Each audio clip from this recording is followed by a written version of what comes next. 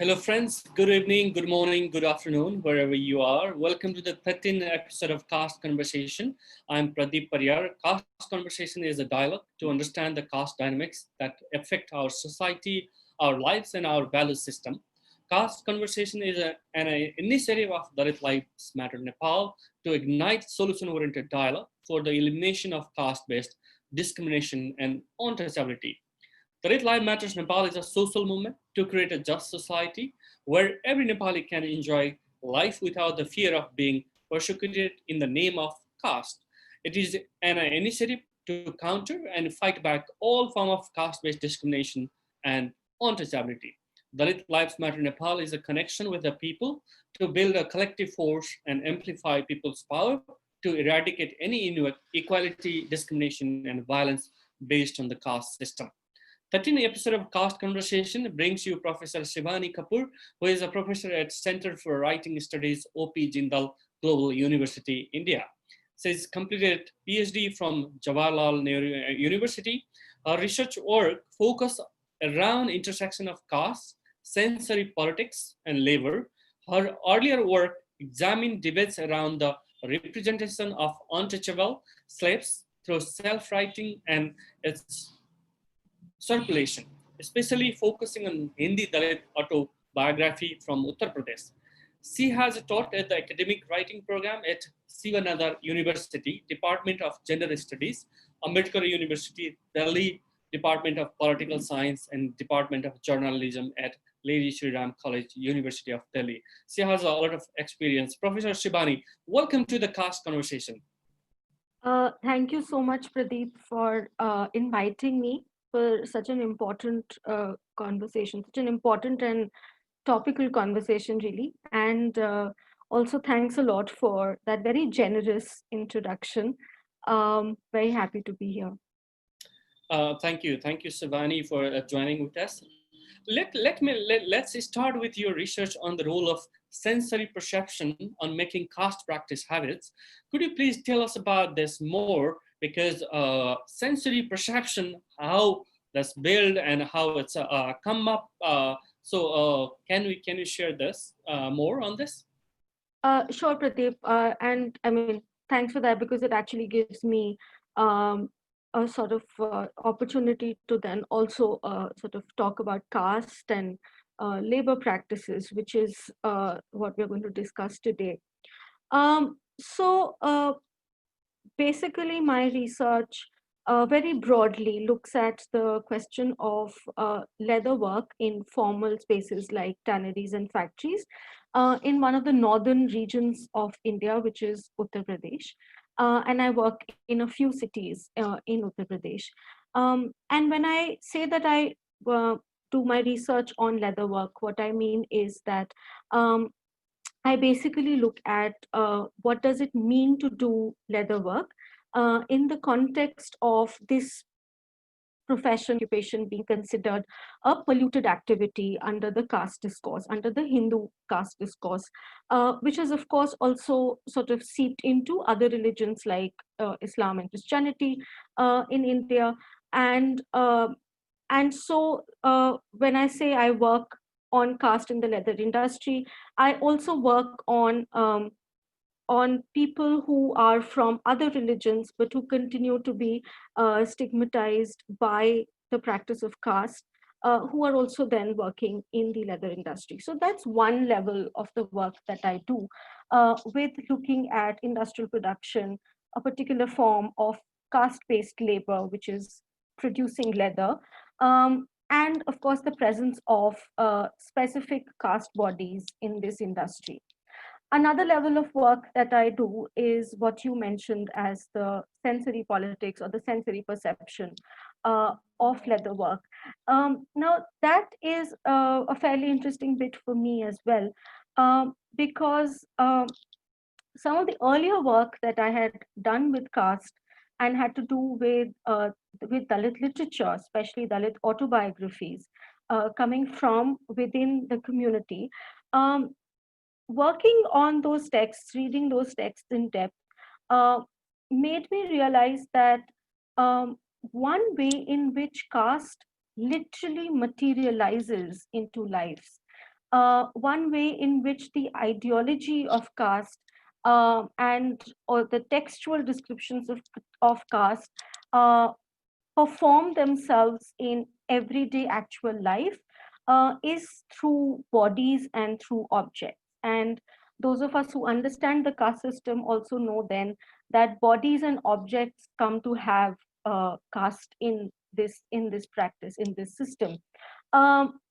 Objects such as leather or or uh, bodily wastes or food, even sort of materials such as gold or silver or brass, the color of your clothes, the kind of clothes you're wearing, the height of the wall of your house.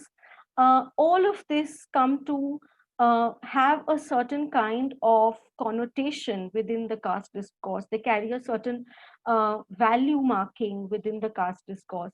Um, they not only signal your caste to others, but they also function as boundary markers of various castes, right? So, what can you or can you not do? What can you interact with? What can you use? What can you eat? What can you work with? Are all aspects of our life which are then determined by caste. And somewhere down the line, I figured that objects and materials and bodies, human bodies, animal bodies, are all very, very important for us to understand how caste materializes, how the practice of caste actually takes place outside very arcane sounding texts and rules, you know. How does it happen in everyday life? So it was with that I started developing an interest in looking at leather, because a lot of the texts that I was reading were coming from the leather workers community, um, in Uttar Pradesh or in northern India, because parts of the community are also parts of the Jatav community, what they're called in Uttar Pradesh, are also people. It's also the part of the larger Dalit group who have been able to get some benefit from educational policies, reservation policies that we follow in India. And because of their connection with leather work, they've been able to, or in the past had been able to get some a very sort of relatively better economic prospects as well as compared to other Dalit groups. So I'm not saying it's nowhere as close to what the upper castes or the Savarnas enjoy, but relatively speaking. And so, you know, the Jatav community in Uttar Pradesh has produced relatively more literature. And then definitely this literature talks about leather as one of the central defining elements in these lives. It's all over, whether or not you're working with leather, whether or not the trade is practiced in your house or in your neighborhood, um, because of the way in which caste sort of links itself to occupations and professions and thus identities. Um, Leather is sort of intrinsically linked to the lives of some of these people, and that kept coming up in their literature. And that's what made me very interested in thinking about the relationship between bodies and objects and how caste transacts that relationship. And thus senses became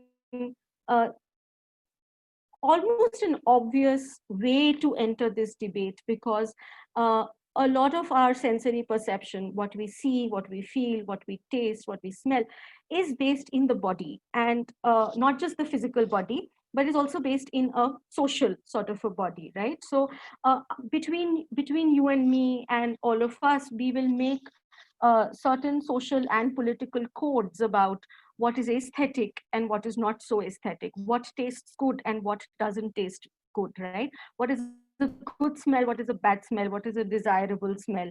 So senses and studying the senses also gives us a clue into how societies and groups come together to assign politics and assign value to not just our senses, but all that all the things around us that our senses are perceiving in that sense. Now, because I was working with leather, um, the most obvious sense to work with became smell, because the moment you start a conversation about a leather tannery or a leather factory, the first thing that people mention is how disgusting the smell is, right? um, and this is a trope that keeps repeating in various forms in various conversations. And one form that it takes, especially in the South Asian context, is that the sort of so-called bad smell of leather gets connected to the lower caste or the supposed lower caste of the people who are working with leather. So it's almost as if, I mean, it's talked in a way that it's almost as if, because leather work or leather tanning smells bad, it is the supposedly lower caste people who will do this job, and because they do this job, they also smell bad. So it's a sort of it's a very tautological circle that we are talking about. And I wanted to get into this circle and think about how is it that this gets operationalized, and how is it that leatherwork continues to be a caste-based occupation when many other occupations have sort of been de-linked with caste, have been democratized to a certain extent. And I thought looking at the role of the body and the senses was one important entry point into how literally how caste is perceived uh, in our social and political settings. Um, so that's broadly the work that I do with leather presently. You mentioned some of the things earlier also, but how does sensory perception work in this modern days? Um, could you say more on modern days? Like, No, no, now it's we are in the 21st century, and then how this work. okay, that's actually very interesting, Pradeep, because uh, some some sensory studies scholars would argue uh, that the modern period, the modern era, and we can have various definitions of modernity, but what we broadly understand by the modern period, scholars like David Hawes, for instance, would argue that this is a very deodorized era. This is a very deodorized or a very sort of anesthetic sort of a time, where we do not encourage, and the environments around us also do not encourage too much of a sensory indulgence. We prefer, as compared, of course, as compared to the medieval or the ancient time, when um, there was a much more predominance of all the senses. There was a much more sort of um, let's just say investment into uh, the way things smelled and the way things sound, and our interaction with smell, sound, and taste. And these scholars would then argue that the modern time is primarily a visual time, and somewhat an oral time. So those are the two senses of modernity: sight and sound. And I mean, and to some extent they are right in saying this. I mean, look at a meeting like this where we can hear each other and see each other, but if I want to talk about the smell of a tannery, then I have no other way of expressing that or sharing that with you other than describe it in words, right? Or maybe show you some pictures.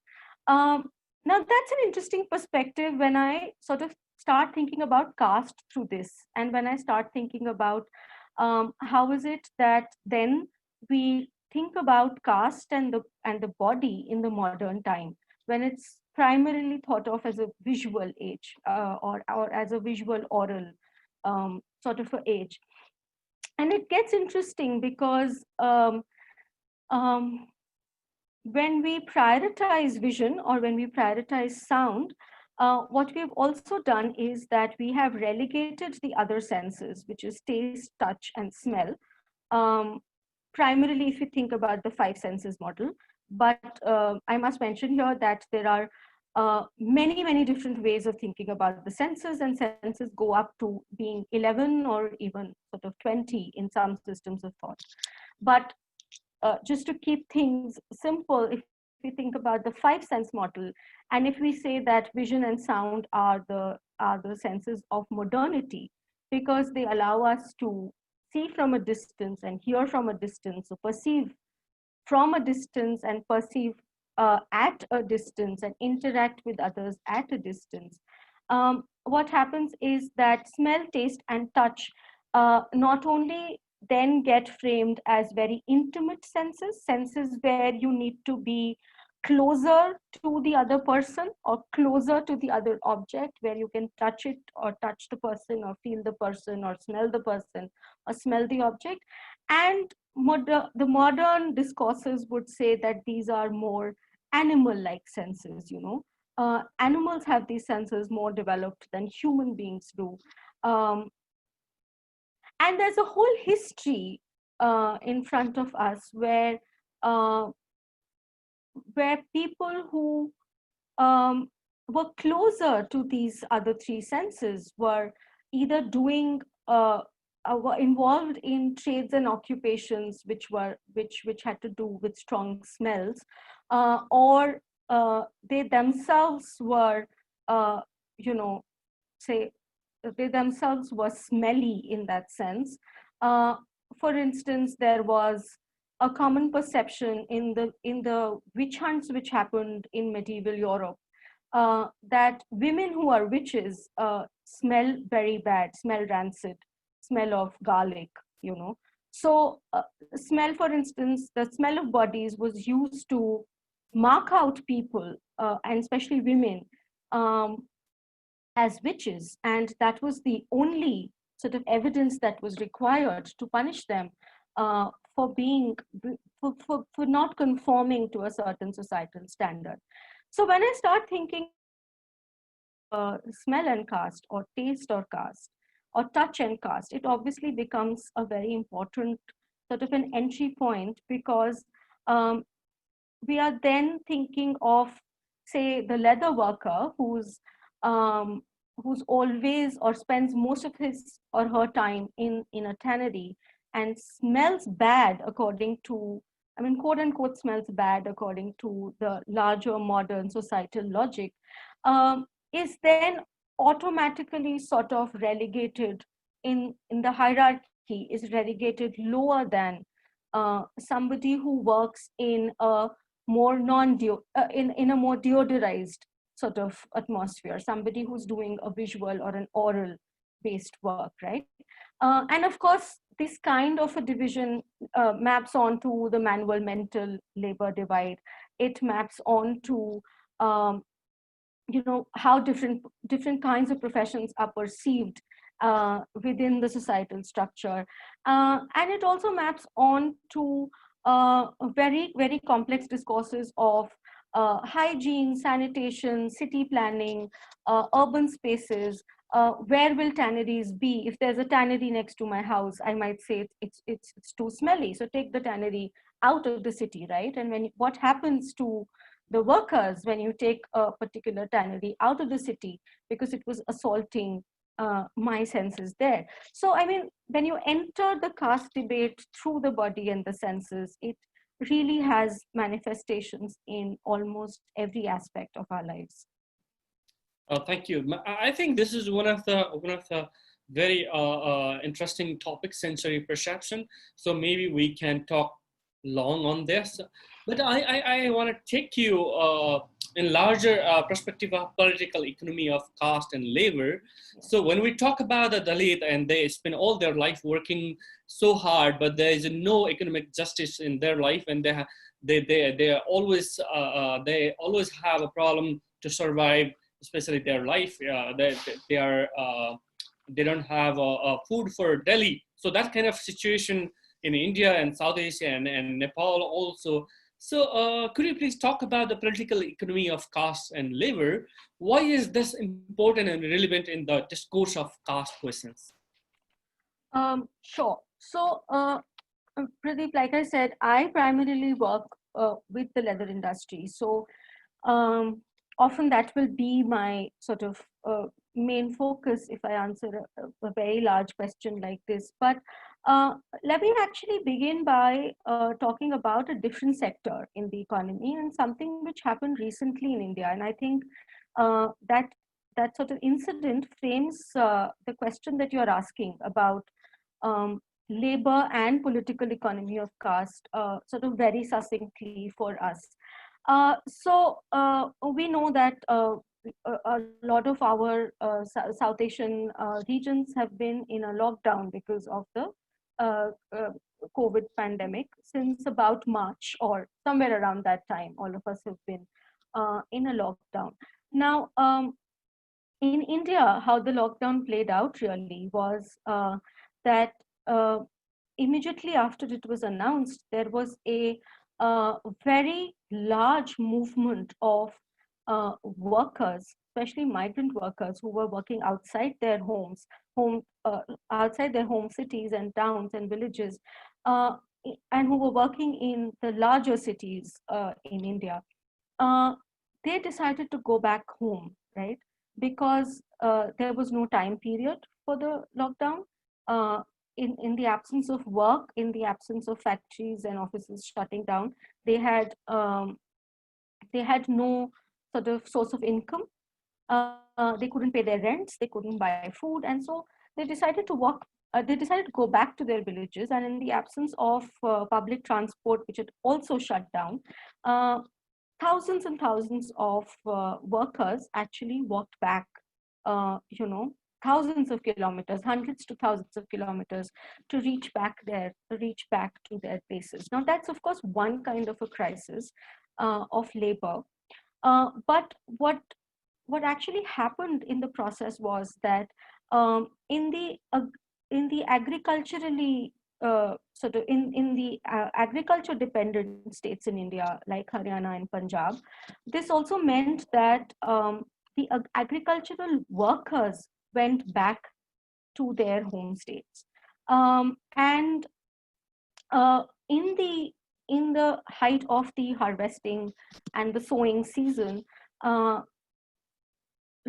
a, a lot of farmers in, say, Punjab and Haryana, the landed farmers, did not have the agrarian labor to work on their fields, right?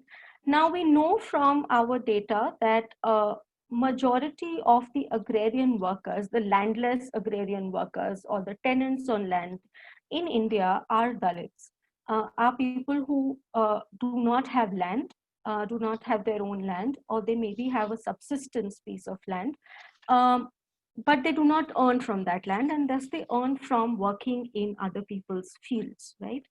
Now, in the absence of this captive labor force that most of the large farms in India depend on, what a few panchayats in Punjab, a few village panchayats in Punjab, what they did was um, they got together and they passed a set of rules for the agrarian laborers, most of whom who were Dalit in this case, that they will uh, they will not be allowed to work in fields other than this village.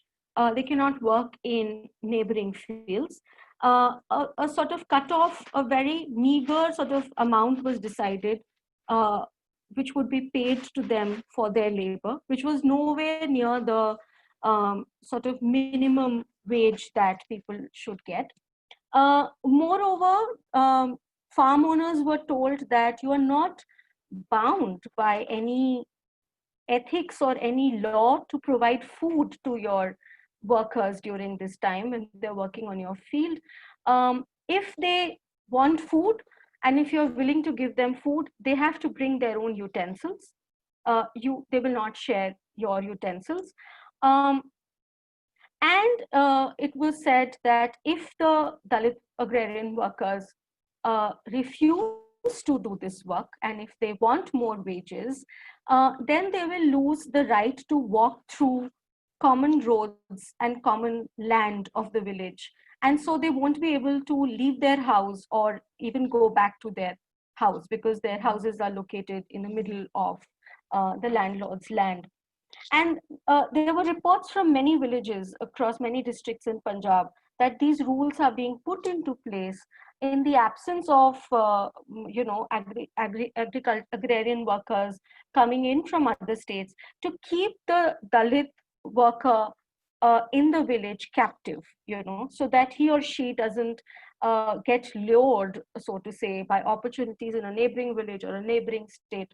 Um, and it also made use of a very unfortunate situation that there was no other source of income, right?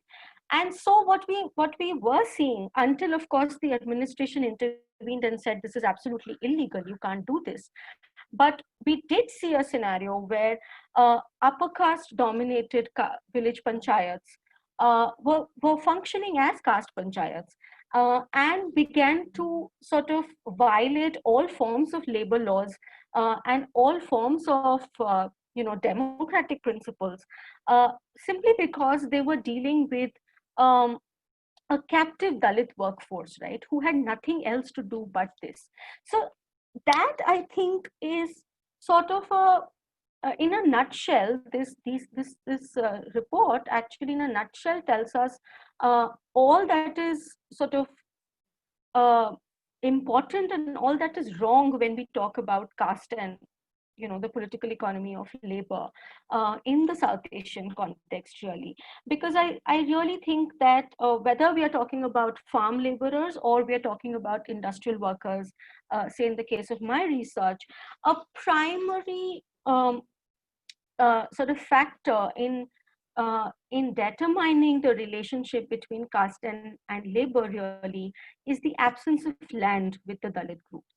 And and I cannot iterate enough how important the question of land really is, because it is the absence of land and the absence of land reform in this country that really at some level forces large parts of the Dalit population to actually work under great hardship, great discrimination, and absolutely humiliating conditions, right? So I think even if we look at factory workers or the industrial workforce, almost all of them have a connection to land in the sense that they did work on land in the village before coming to the factory or to the tannery.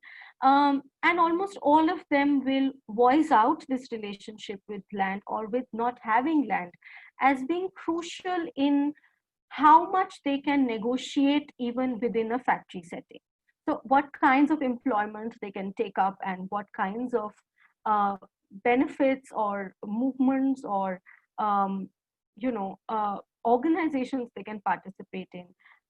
All of that depends on their relationship with land, which is mostly non-existent in any case. So that, I think, is one of the most sort of material and important things when we think about caste is the absence of land with Dalit group. The other, of course, big thing is if we have to get into a discussion of the political economy of labor in the South Asian context, I think to a large extent it is um, determined by the fact that caste has come to be understood as an occupational segregation, as a segregation of work and work activities. Uh, Now, I don't necessarily sort of fully agree that caste is only a segregation of occupational activities, but it has come to play out like this simply because um, we think that or we practice the fact that not only is your caste hereditary, but your occupational or your sort of occupational skill and what you should be doing is also hereditary.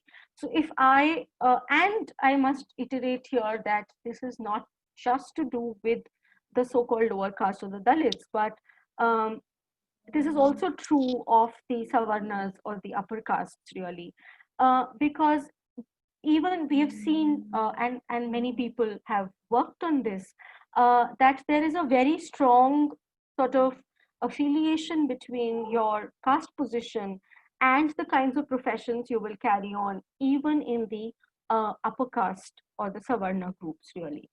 And so it's very fascinating that you don't just inherit your caste status, you also inherit a supposed profession that you, or at least a range of professions that you can do or cannot do.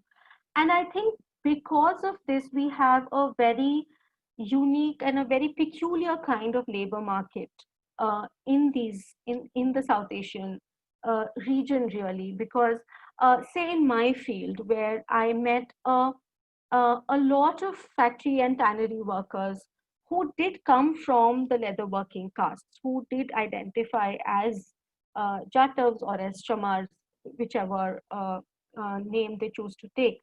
Um, and they had seen the work happening at home. They worked with their parents, they got trained in this craft. And when they got the opportunity to to join a factory rather than do this work at home or in an informal setup, when they got a chance to join a factory or a tannery, they did that.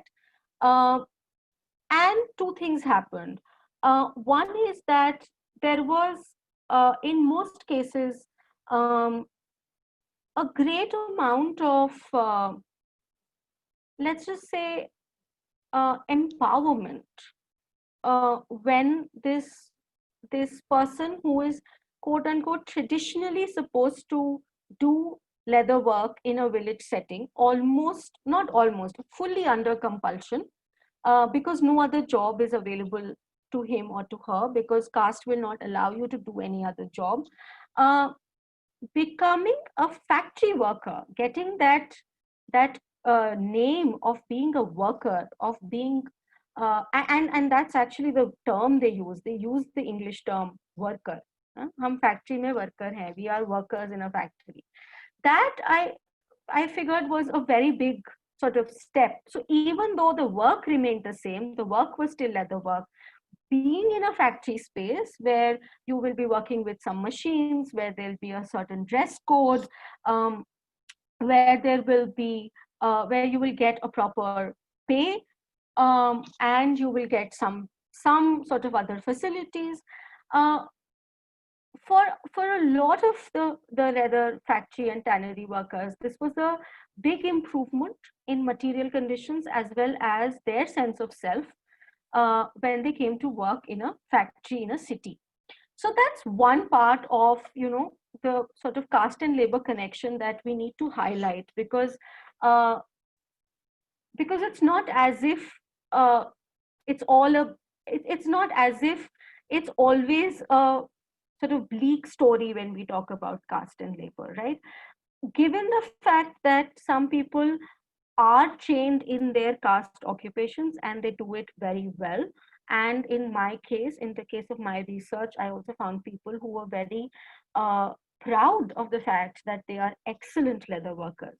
That the craft and the skill that they have in tanning a piece of leather or making a shoe is unparalleled, and they're really proud of that skill. I think coming to a factory setting gave them that sense of dignity and that dignity of labor, which informal setups, informal caste based setups was not giving them. So that's one kind of a story. The other kind of story is, of course, that uh, a lot of these industries, like the leather industry or the sanitation and the cleaning services in urban centers, or occupations like midwifery or carcass picking or bone making, uh, or even occupations like slaughtering, for instance, function due to captive caste labor. Okay, because these are occupations which very few people outside the designated caste groups would want to get involved in. So now that's the bleak side of the story, really, because um, a lot of, say if I talk about leather, a lot of factories and tanneries rely on the fact that they have a captive workforce which is not allowed by caste norms to do anything else. they have not got an education to be able to explore other sorts of occupation and other forms of labor, because they didn't have access to schools and higher educational institutions. If they did, they were discriminated in those places, and thus a lot of people from the Dalit communities would drop out of school or would not do very well in school because of the lack of resources and because of the kind of harassment that they face in schools and in educational institutions. Um, and so, uh, some parts of our industry actually depends on this discrimination. Uh, they depend on this discrimination in the sense that it is this discrimination which doesn't allow people to join other forms of workforce, to participate in other forms of labor, and thus, they have no other option but to do their traditional, quote unquote, traditional occupations. And factories like in like fields like mine, or even in urban services like sanitation and sewage work, they actually depend on the fact that some communities will not get a chance to do anything else, or will not be allowed under caste to do anything else. And that, I think, is um, a very important perspective to have if we need to understand the industry and the question of labor. Because, like you said in the beginning, Pradeep, industry and labor are fairly modern ideas. We have labor laws, we have industrial acts, we have a way in which industries are supposed to function. And we also thought in the South Asian context that the coming up of modern industries and factories is going to do away with discriminations like caste and religion and gender and so on and so forth. Now, of course, that did not happen, and that did not happen primarily because some industries like this, like the leather industry, were dependent on caste surviving. If caste sort of loosens up, and if people start saying we will not do our caste based occupation, these industries will find it very hard to find a labor force. So that, I think, is. And then of course there is that segment of uh, uh, that segment of people coming from Dalit communities uh, who resolutely decide not to do the work that their ancestors were doing. So I also met people on the field, for instance, whose fathers owned, like who were from Dalit communities. Their fathers did leather work in small workshops, or they owned a small unit of shoemaking. But their sons and daughters resolutely decided to not go into this field and did something else. But the really disappointing fact is that even though they were not working with leather, um, they were discriminated for being leather workers, right? So even if they were working in a call center or they were working in a school, uh, they were still seen as leather workers. And so, I mean, this is a very interesting fact if we are talking about caste and labor, that how caste attaches itself to your labor practices, um, irrespective of what you are doing. Yeah, great. Yeah, you mentioned very good point. Yeah, I just want to highlight two things. One is you talk about the agriculture. There should be agrarian justice issues. Second, you talk about the migration, which is really important. So, thousand kilometer this migrant worker travel. So it's a very interesting phenomena, and then government is not addressing properly. If you have any question to Professor Shivani, kindly place them here in the chat box. We have more questions. I'll ask one question to Professor Shivani. It is claimed by several social scientists that the caste system created division of labor and helped people to attain specialization in turn raising economic productivity. But this doesn't explain the modern day version of unpaid and underpaid labor. You already talk about it, and constant economic opportunity of Dalits. How can this be changed? Okay, that's a very sort of difficult question, Pradeep. I don't have an easy answer to that. But I mean, It's interesting that we often think of caste as a division of labor, but we all know that Dr. B.R. Ambedkar very famously said that it is not just a division of labor, but is also a division of laborers.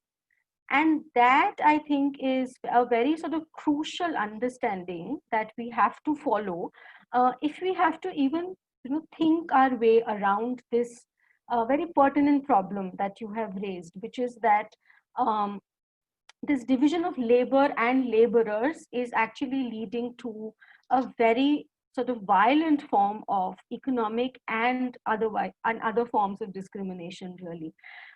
So I think the key to this lies in this division of laborers bit, where it's no longer a question, or it was never really a question of um, you know caste specializing in certain occupations or in certain trades, but it was, like I said, keeping certain people captive uh, in certain occupations, and I think the best example of that is what has happened in the so-called contemporary and modern time, really, where this sort of uh, mapping of caste onto labor or caste onto occupation is not so strictly followed in the upper castes, for instance, right? So if I was the child of a business person, there is uh, really no necessity that I will also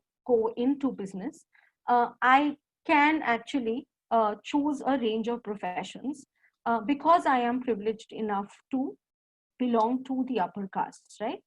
uh, but of course, if I am an upper caste person, I will not take jobs beyond a certain level, right? So I will not prefer to do the manual jobs, for instance. So, uh, so there's certain amount of mobility amongst the upper caste and their professions, which they enjoy because of their privilege. But the other way movement is very, very difficult. So if a person from a Dalit community wants to leave their traditional occupation and do something which was considered an upper caste job, become a doctor, become an engineer, start a business. I'm not saying it doesn't happen. Of course it happens, but it happens with a lot more difficulty, right? So to people who say that the caste system functions as a very good sort of specialization of labor framework, or a very good division of labor framework, uh, I would want to ask them what happens to this sort of a movement. So why is it then that when municipalities and municipal corporations open up job advertisements for sweeping and drainage work and sewage work in the cities, why is it that we do not see applicants from the upper caste uh, who who may be upper caste and lower class in that sense, who may need the job? Why don't we see applicants from the upper caste groups for these jobs? Or we've also seen situations where somebody has applied, an upper caste would have applied for a sweeper's job, would have got the job as well, and then he would go ahead and employ five other people from the Dalit community to do the job for him, right? So it's not at all about specialization or productivity. It is the division of labor and laborers is literally about exploitative labor. It's about exploiting the labor the of the Dalit groups. And people, scholars like Kancha Ilaya have written very, very clearly that it is the Dalit, the OBC uh, mm, sections of the society which have actually done the bulk of labor, which have done the labor of civilization, really. These are the people who have farmed and who have built and who have created things.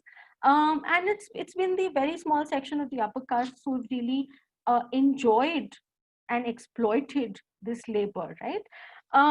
So I do not think at all that it's a question of productivity. It's a question of exploitation, literally. The way out of it is a very difficult sort of a question to answer at that broad scale. But I can talk about my field, which I know more about. And I would say that one of the most important things that one can do in, say, an industry like leather, which is so intrinsically linked to caste labor, would be to try and de-link caste and leather as or leather work, de-link caste and leather work um, at the sort of education and training stage uh, to begin with.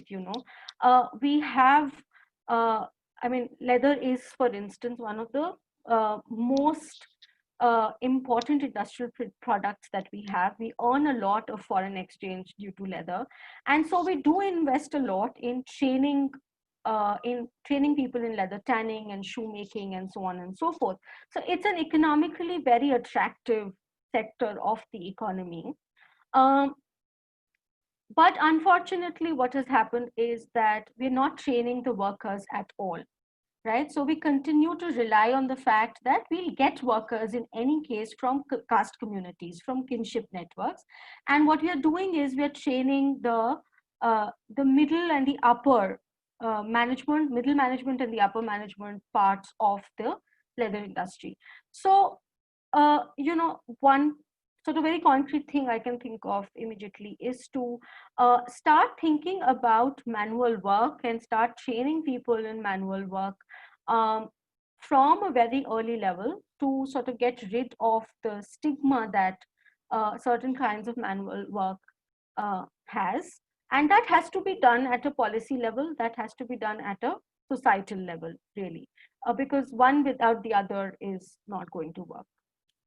Yeah, you mentioned very correctly that why even poor Savarna not applying job for cleaning. So that's a good example of caste, why this is matters. So there is a question from Puneet. Is there a connection between caste-based exploitation of labor and the political economy of traditional craft and handicraft industry of India? Do you have any thoughts on this? Uh, yeah, sure. Thanks for that. Thanks for that question. Um, I mean, there's a very big connection between the caste-based exploitation or caste-based labor and the traditional sort of handicraft industry, because almost all the things that we include in uh, what we call handicraft or traditional industry are caste-based products, really. So, for instance, leather is one. There is brass work. There is ceramics. There is weaving. Um, and all of these are specific caste-based activities. Now, what has happened is that due to colonialism, due to our experience with colonialism, a lot of these traditional craft or handicraft-based work um, got converted into formal sort of small factory or small workshop-based labor, because these were important economic sectors for the colonial state and the post-colonial state. So what happened was that some amount of formalization happened, in things like ceramic making or brass making or weaving, for instance. Some amount of formalization happened. But this formalization also happened on caste and religious lines. So if this section of Muslim workers called julahas were doing weaving and they were skilled in doing weaving, um, the colonial state and the post-colonial state picked them up as such and installed them in factories or in workshops and asked them to sort of continue making cloth, continue weaving. They picked up a section of Jatavs and asked them to continue working in leather factories. And so what we had was this sort of a solidification of caste and skill, where certain skills got associated with certain caste groups, and that dissociation was never really broken, right? So in some cases, this took an exploitative form as well, definitely. Um, for instance, we know from historians like Chitra Joshi, for instance, that in Kanpur, in the textile mills in Kanpur, which were like really one of our very big industrial towns and a very big industrial segment. um, these textile mills would not employ, or would not prefer to employ, I mean, legally they could not, but would not prefer to employ Dalit workers, because in weaving cloth, you needed to thread the needle, thread the needle, and for that you needed to wet the thread with your spit, right? A practice we all do when we stitch at home and we have to thread the needle, we wet it a little. Now, in places like Bombay or in places like Kanpur, the upper caste workers refuse to share that thread with the Dalit workers, saying if it's been, it is, if it has touched Dalit spit, then we are not going to put the same thread in our mouths. And so this is how, you know, uh, caste sort of became, not just caste, this is how your skill became exploitative. You're a very skilled weaver, and that's the only thing you were allowed to do, and now you're doing it well, but you still will not be employed in a decent, sort of relatively decent employment, because your fellow workers are not willing to share a space with you, or share a house with you, or share food with you. And I mean, this is not just about handicrafts and uh, traditional work. We see this happen in almost all levels of employment. So we recently had the Cisco case in the United States, and I'm sure all of us are aware of that, right? Where technology and IT really has no caste connotation as such, right? It's fortunately not a skill that the caste system knew about. Um, but here we have a case where a Dalit student uh, studies in India, gets through a very renowned MNC, goes to the United States to work, and realizes that his senior at work are, or his superiors at work are people who come from the same college in India as he did, and they know that he's a Dalit. They know that he came through reservations, that he was a beneficiary of reservations. Um, and they start making fun of him, and they start practicing discrimination against him in Cisco in the United States, right? Now, how do we really understand this sort of a thing happening, where there is literally no caste connotation to the work that he's doing? He's done it on his merit, he's reached that company on his merit, and he still gets discriminated because of where he was born and who he was born as. So, I mean, yeah, I mean, I just wanted to say it's not just traditional labor, but all forms of labor, really, global forms of labor, capitalist forms of labor, which are actually witnessing a very, very violent form of discrimination in the form of caste. Yeah, thank you. Thank you so much. You mentioned about the Cisco case. We talk a lot about the Cisco case in our previous conversation also. This is my final question to you, and then you can add some point if you want. Social discrimination of any sort of social exclusion actually leads to economic discrimination. What is your take on this, and how can we ensure economic justice, which is necessary in South Asia, especially in the and marginalized people case? So you can answer, and then if you want to add more, please go ahead. Sure. Thanks, Pradeep. I think it's again a sort of a vicious circle situation, because social and economic discrimination and exploitation usually follow each other. So if you do belong to socially marginalized sections of the society, um, there will definitely be uh, big hurdles in this person getting education, getting resources in life, uh, which will ultimately lead to some form of economic exploitation or discrimination, right? Because uh, they would not have got the same opportunities that a sort of not marginalized person in their position would have got. In the case of caste specifically, like I said, um, we still have educational institutions where Dalits may get an admission because now it's illegal to practice untouchability. But you will get an admission, but they will not get the full resources. They will not get the same treatment from teachers and other students and so on and so forth. Uh, people who belong to marginalized communities may never reach a school, may never reach a place of higher education. And so that definitely sort of impacts the kind of work that they can do later on in life, which then, of course, leads to economic exploitation.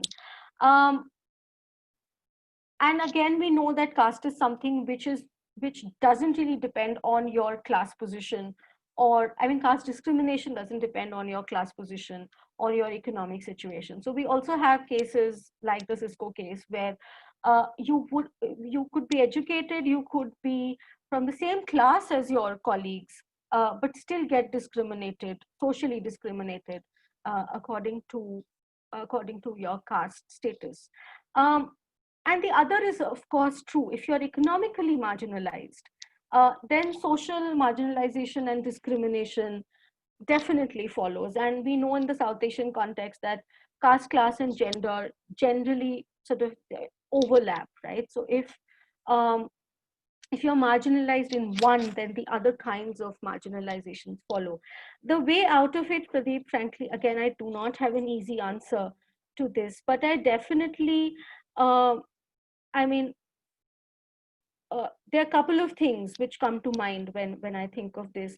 One is to again sort of take recourse in what Dr. Ambedkar said, and it seems like a very basic and a simple thing that he said all those years ago, but it's basically to think about interdining and intermarriage. And I know it sounds frivolous in today's very complex situation, uh, but I think what he was trying to say through intermarriage and interdining as ways which lead to annihilation of caste, really, what he was trying to say was probably that we need to, uh, literally associate ourselves with people from all castes and uh, build those social connections, build those sort of political and cultural connections um, through practices like interdining, intermarrying. And I mean, you yourself, when you introduced this conversation to me,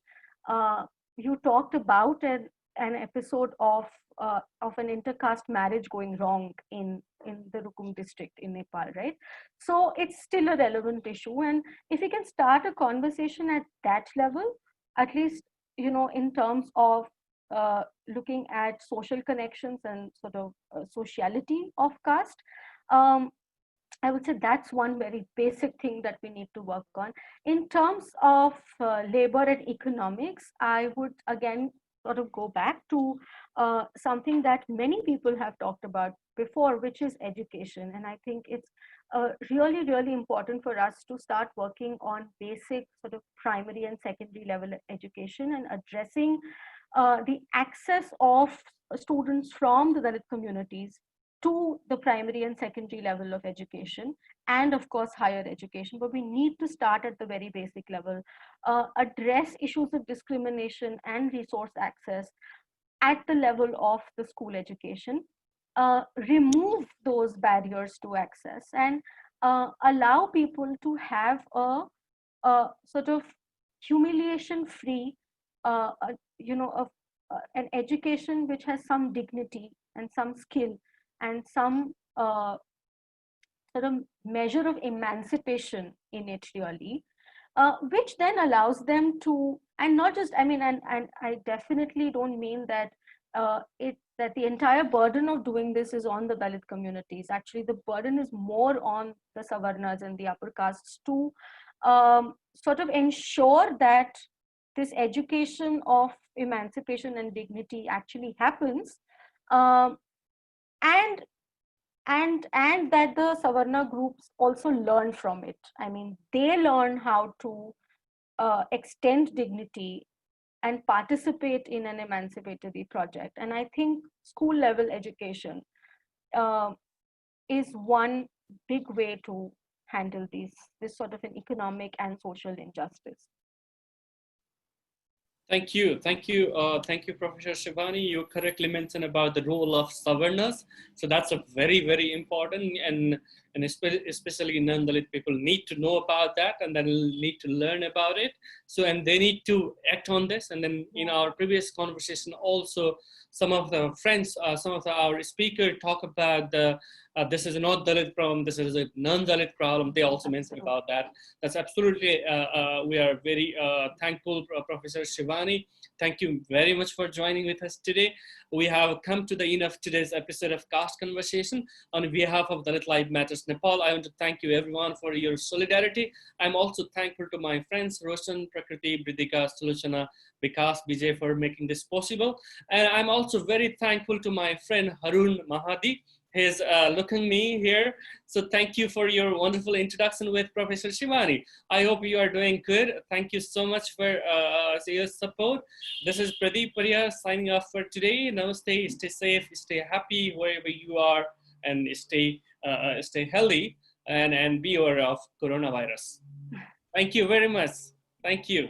Thank you so much, Pradeep. This was Thank you. my pleasure. Thank you.